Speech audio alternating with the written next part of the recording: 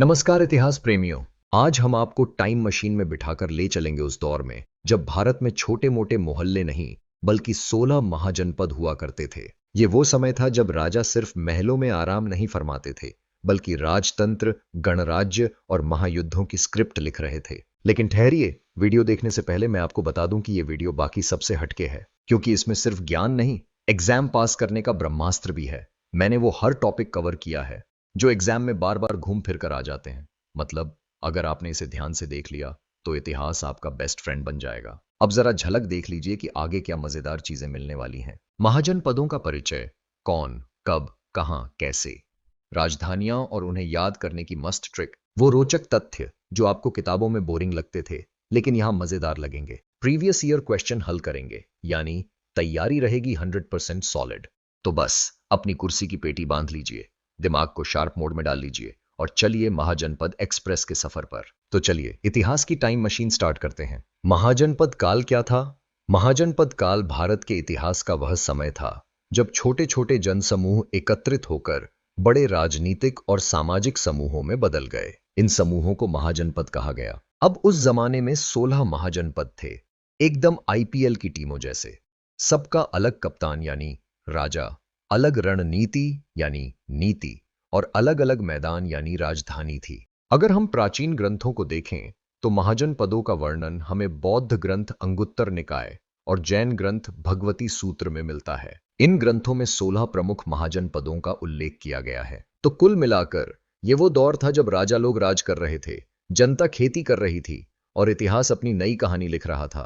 अब आगे बढ़ते हैं क्योंकि मजा अभी बाकी है। खानाबदोश और घुमंतू जीवन समाप्त हो गया। खानाबदोश का मतलब होता है जिसका कोई स्थायी घर न हो और जो एक जगह से दूसरी जगह घूमता रहता हो। खानाबदोश लोगों को घुमक्कड़ भी कहा जाता है। इसे दूसरे शब्दों में देखें तो खानाबदोश लोग बेसिकली वो होते हैं जिनका घर का पता हर हफ्ते बदल जाता है। आज यहां, कल वहां, पता करने जाओ तो जवाब मिलेगा। Location is temporary, vibes are permanent. जैसे कि इनकी जिंदगी एक घूमता हुआ जुगाड़ है, ना कोई ईएमआई का झंझट, ना ही मकान मालिक का टेंशन। छठी शताब्दी ईसा पूर्व में कुछ ऐसा हुआ, लोहा आया और सबकी लाइफ सेट हो गई। उत्तर प्रदेश और पश्चिमी बिहार में लोहे का व्यापक उपयोग होने लगा। इससे बड़े बड़े राज्य और शक्तिशाली प्रशासनिक केंद्र बन सके। लोहे से बने शक्तिशाली हथियारों के कारण योद्धाओं की एक नई श्रेणी विकसित हुई। ये योद्धा राज्य की रक्षा करने और नए क्षेत्रों को जीतने में महत्वपूर्ण भूमिका निभाने लगे। दूसरे शब्दों में कहूं तो अब किसानों के पास ऐसे औजार आ गए कि खेतों में अनाज उगाना पहले से ज्यादा आसान हो गया। मतलब अब भूख लगी का बहाना नहीं चलने वाला था। अनाज इतना ज्यादा हो गया कि सैनिक भी खुश और राजा भी। उधर योद्धाओं को लोहा मिलते ही सुपर हीरो वाली फील आने लगी। मतलब अब तो हमसे कोई नहीं जीत सकता है। नए नए हथियार बने और राज्यों के बॉर्डर ऐसे खिसकने लगे जैसे आजकल व्हाट्सएप ग्रुप्स में एडमिन किसी को हटाते डालते रहते हैं। जनसंख्या भी ऐसे बढ़ी जैसे कोई फ्लैश सेल चल रही हो। सबको खाना मिल रहा था तो जिंदगी मस्त चल रही थी। जनजातीय निष्ठा का परिवर्तन। पहले लोग अपने कबीलों के प्रति निष्ठावान होते थे, लेकिन अब वे अपने जनपद या महाजनपद के प्रति समर्पित और निष्ठावान हो गए। इससे राज्यों में एकता और स्थिरता बढ़ी। महाजनपद बनने की इतिहास, कबीलों से लेकर बड़े बड़े राज्यों तक। पहला कबीला, हम सब एक हैं। पुराने जमाने में लोग छोटे छोटे ग्रुप्स में रहते थे जिसे कबीला कहा जाता था। मतलब एक ही खानदान के लोग मिलकर जॉइंट फैमिली में रहते थे और एक मुखिया होता था जो सबकी राय सुनकर भी अपनी ही चलाता था। दूसरा ग्राम, अब बसने का टाइम आ गया। कबीलों ने सोचा, यार ऐसे घूमते फिरते कितना दिन जिएंगे, तो सबने मिलकर गांव बसा लिए। खेतीबाड़ी शुरू हुई, गाय भैंस पाली और यहीं से गांव के चौपाल गॉसिप की परंपरा शुरू हुई। तीसरा है जन। इनका कहना था बढ़ती आबादी, बढ़ती टेंशन, इसमें गांव बढ़ने लगे। लोग शादी ब्याह करने लगे, बच्चे होने लगे। मतलब जनसंख्या एक्सप्रेस बिना ब्रेक के दौड़ने लगी। अब धीरे धीरे एक पूरा जनसमूह कम्युनिटी बन गया और लोगों ने मिलकर नियम कायदे भी बना लिए। गलत काम करोगे तो पंचायत बैठ जाएगी। चौथा है जनपद। इनका कहना था, अब हम ऑफिशियली मालिक हैं। जब जनसमूह ज्यादा संगठित हुआ तो उन्होंने कहा, भाई ये जमीन हमारी है, अब कोई छेड़ेगा तो हम देख लेंगे। इस तरह जनपद बने जहां खुद का राजा, खुद का प्रशासन और खुद के टैक्स सिस्टम का ट्रायल वर्जन चालू हो गया। अब महाजनपद, छठी शताब्दी ईसा पूर्व तक छोटे छोटे जनपदों ने कहा, यार अकेले रहने में मजा नहीं आ रहा, बड़ा ग्रुप बनाते हैं। तो मिलकर बड़े बड़े राज्य बना लिए जिसे महाजनपद कहा गया। अब इनके पास फुल पावर थी, तगड़ा राजा, दमदार सेना और सुव्यवस्थित प्रशासन। मतलब एकदम गेम ऑफ थ्रोन्स टाइप माहौल हो गया। तो बस कबीलों से गांव बने, गांवों से समाज बना, समाज से जनपद बने और फिर महाजनपद। यही वो सफर था जिसने भारतीय इतिहास की सूरत बदल दी। महाजनपद और उनकी राजधानी, exam preparation with a twist. अगर आपको यह वीडियो मस्त लग रही है तो लाइक और सब्सक्राइब करना ना भूलिए, और हाँ, बेल आइकन भी दबा दीजिए ताकि वीडियो की जादुई लहर आपके पास सबसे पहले पहुंचे। अब आ जाते हैं सबसे ज्यादा पूछे जाने वाले सवालों पर, यानी महाजनपद और उनकी राजधानी, जो एग्जाम में हर बार आपको सुनामी की तरह आएंगे। इन्हें याद करने का कोई फॉर्मूला नहीं, बस थोड़ी मस्ती और क्रिएटिविटी लगानी है। अब एक एक जनपद और उनके राजधानी याद करेंगे, साथ ही जनपद से रिलेटेड अन्य तथ्य को भी देखते चलेंगे। पहला है अंग, जिसकी राजधानी चंपा थी। यह बिहार के भागलपुर और मुंगेर वाले एरिया में था। इसकी राजधानी को हम इस तरह से याद कर सकते हैं, अंग और चंपा में अंग का मात्रा है, अंग और चंपा रिलेट हो रहा है। अब मगध की बारी। मगध की राजधानी गिरिव्रज या राजगृह है, जो बिहार के पटना और गया क्षेत्र में था। मगध और उसकी राजधानी गिरिव्रज राजगृह को आसानी से याद रखने के लिए एक मजेदार ट्रिक। मगध के राजा गिरी पर राज करते थे, तो गिरी से गिरिव्रज और राज से राजगृह जोड़ा। इसके बाद काशी, जिसकी राजधानी वाराणसी है। ये उत्तर प्रदेश के वाराणसी क्षेत्र के आसपास फैला हुआ था। काशी के राजधानी वाराणसी को याद करने के लिए आप एक सरल तकनीक अपना सकते हैं। काशी का आखिरी अक्षर शी और वाराणसी का भी सी, बस हो गया। आप रिलेट कर सकते हैं। इसका एक मुख्य तथ्य है जो एग्जाम में पूछा जाता है। काशी का सबसे शक्तिशाली शासक कौन था? ब्रह्मदत्त था, जो कौशल पर विजय प्राप्त किया था। साथ ही अंततोगत्वा कौशल के राजा कंस ने काशी को जीतकर अपने राज्य में शामिल कर लिया। अब आते हैं कौशल महाजनपद पर। इसकी दो दो राजधानियां थीं। ये इतने अमीर थे कि एक से काम नहीं चला। साकेत, जो अयोध्या का पुराना नाम था। श्रावस्ती, जो कौशल की दूसरी राजधानी थी। अब याद कैसे रखें? ट्रिक। जब भी कौशल की राजधानी याद करनी हो तो माता कौशल्या को याद करो। क्यों? क्योंकि भगवान राम की मम्मी का नाम कौशल्या था, और राम कहां के थे? अयोध्या से। और अयोध्या का पुराना नाम क्या था? साकेत। मतलब माता कौशल्या बराबर कौशल और कौशल बराबर साकेत। बस सेट हो गया दिमाग में। अब जब भी एग्जाम में पूछे तो रामायण स्टाइल में जवाब दो। भैया, कौशल की राजधानी तो राम जी के टाइम में साकेत थी।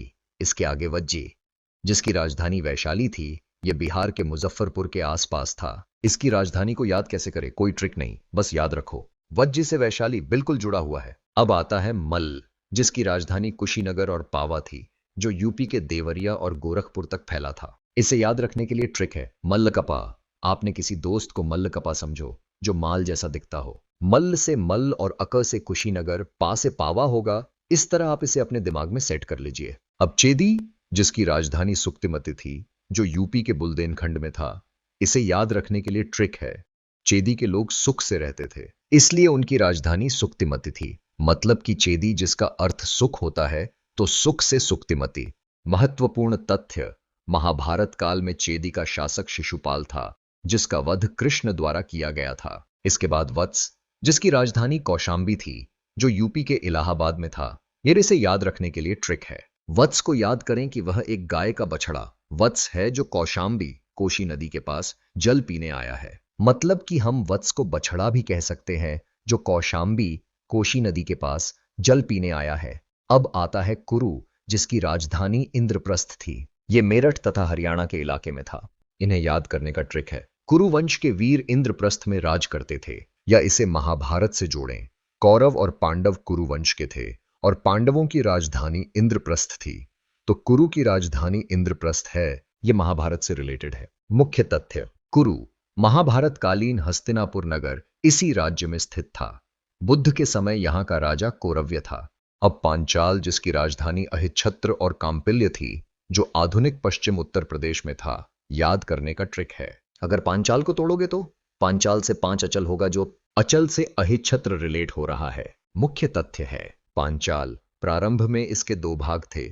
उत्तरी पांचाल की राजधानी अहिच्छत्र तथा दक्षिणी पांचाल की राजधानी कांपिल्य थी। यह वही क्षेत्र है जहां द्रौपदी पांचाली का जन्म हुआ था। अब आता है सूरसेन, जिसकी राजधानी मथुरा था।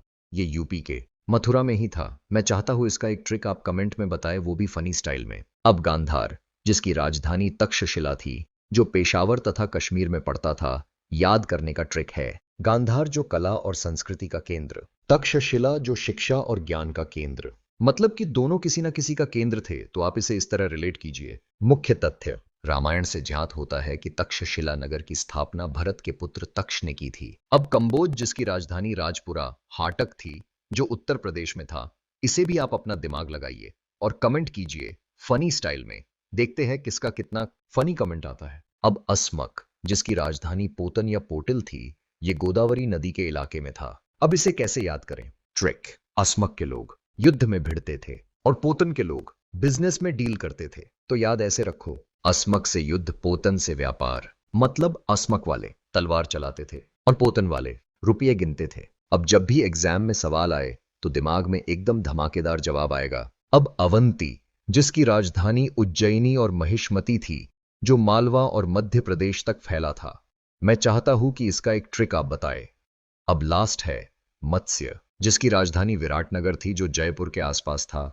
इसको याद करने का सबसे आसान तरीका है, मत्स्य का अर्थ होता है मछली, तो विराट जैसे ही मछली खाओ वैसे ही विराट हो जाओ। मतलब अगर आप मछली खाते हैं तो विराट हो जाएंगे, आपके शरीर में बॉडी बिल्डर जैसी शक्ति आएगी। इस तरह रिलेट कीजिए। महाजनपद एक्सप्रेस एक मजेदार अंदाज में। सबसे पावरफुल 4 महाजनपद। 16 महाजनपदों में से 4 सबसे तगड़े खिलाड़ी थे। कौशल, भगवान राम की नगरी वाला वीआईपी। मगध, इतना पावरफुल कि पूरी हिस्ट्री में छाया रहा। वत्स, नाम भले ही बछड़े जैसा हो लेकिन राजा फुल दमदार थे। अवंती, मालवा के महाराज, एकदम रॉयल स्टाइल। लिच्छवी, पहले वाले डेमोक्रेसी के हीरो। वैशाली के लिच्छवियों ने दुनिया का पहला गणतंत्र बना दिया। मतलब जब बाकी जगहों पर राजा जो बोले वही कानून वाला गेम खेल रहे थे, लिच्छवी बोले, भाई हम वोट डालकर डिसाइड करेंगे। बुद्ध के टाइम में 10 गणराज्य थे, इनमें से 8 वज्र संघ के थे और बाकी 2 मल्ल संघ में थे। मतलब वज्र संघ वालों की पूरी गैंग थी और मल्ल वाले बोले, हम भी गेम में हैं। ब्राह्मण और क्षत्रियों को कर से छूट। मतलब बाकी जनता टैक्स भरो खेल रही थी और ब्राह्मण क्षत्रिय आराम से फ्री बोल रहे थे। अगर आपको महाजनपद एक्सप्रेस पसंद आई तो लाइक ठोको, चैनल सब्सक्राइब करो और बेल आइकन दबाओ ताकि फ्री में नॉलेज का मजा मिलता रहे। मजेदार अंदाज में महाजनपद प्रश्नोत्तरी, साथ में उत्तर भी। प्रश्न 1, कंबोज के किस राजा ने 326 अनुच्छेदों के 4 ग्रंथ लिखे? लगता है राजा साहब के पास ढेर सारा टाइम था, तभी तो 4 ग्रंथ लिख डाले। सही जवाब है राजवर्मन।